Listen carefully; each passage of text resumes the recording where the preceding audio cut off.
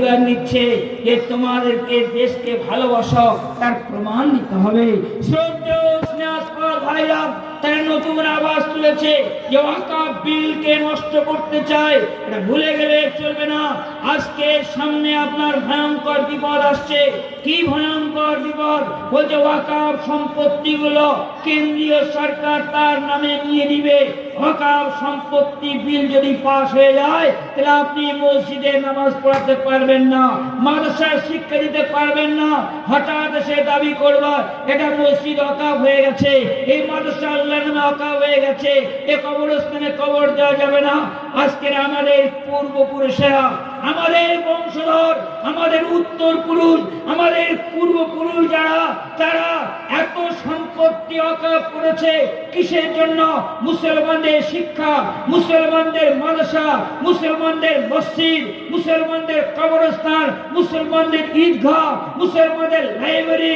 মুসলিম পিছিয়ে পড়া মানুষের, তারা ভারতবর্ষের পিছিয়ে পড়া মানুষের, সমাজে যারা পিছিয়ে পড়েছে তাদের শিক্ষার জন্য, সামাজিক সুরক্ষার জন্য, তাদের স্বাস্থ্যের উন্নয়নের জন্য, তাদের শিক্ষার বিপ্লব ঘটাবার জন্য এতগুলা সম্পত্তি দান করেছে। আপনি ভাবলে অবাক হয়ে যাবেন।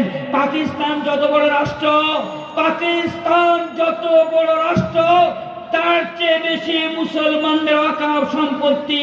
আজকে সেই সম্পত্তি কুক্ষিগত করার জন্য আর সরকার উঠে পড়ে লেগেছে। মনে রাখবেন, একদিকে মাদ্রাসা বন্ধ করতে চায়, আসাম সরকার বলেছে মাদ্রাসা থাকবে না। অন্যান্য ইউপিতে মাদ্রাসা বুলডোজার দিয়ে ভেঙে দিচ্ছে। বিভিন্ন রাজ্যে,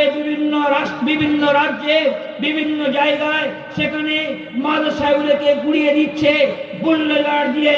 আসামে মাদ্রাসা বন্ধ করেছে, আগামীতে পশ্চিম বাংলার সরজমিনে মাদ্রাসা বন্ধ করার ক্ষিন্ন ষড়যন্ত্র করছে।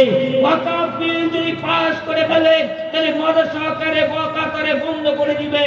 মনে রাখবেন, মুসলমান জাতির একটা শিক্ষা নিতে হবে।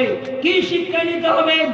আমরা মুসলমানেরা মাদ্রাসাকে বাঁচানোর জন্য, মসজিদকে বাঁচাবার জন্য, ওয়াকফকে বাঁচাবার জন্য যদি কয়েক লক্ষ মুসলমান প্রাণ দিতে পারি, কয়েক লক্ষ মুসলমান যদি আমরা নিজেদের প্রাণ দিতে পারি, তাহলে আমাদের প্রাণের বিনিময়ে, আমাদের রক্তের বিনিময়ে হয়তো আগামী প্রজন্ম, আমাদের সন্তান সন্ততি, তারা মেরুদণ্ড সোজা করে, হৃৎপিণ্ড সোজা করে, মাথা উঁচু করে সম্মানের সাথে তারা বেঁচে থাকবে।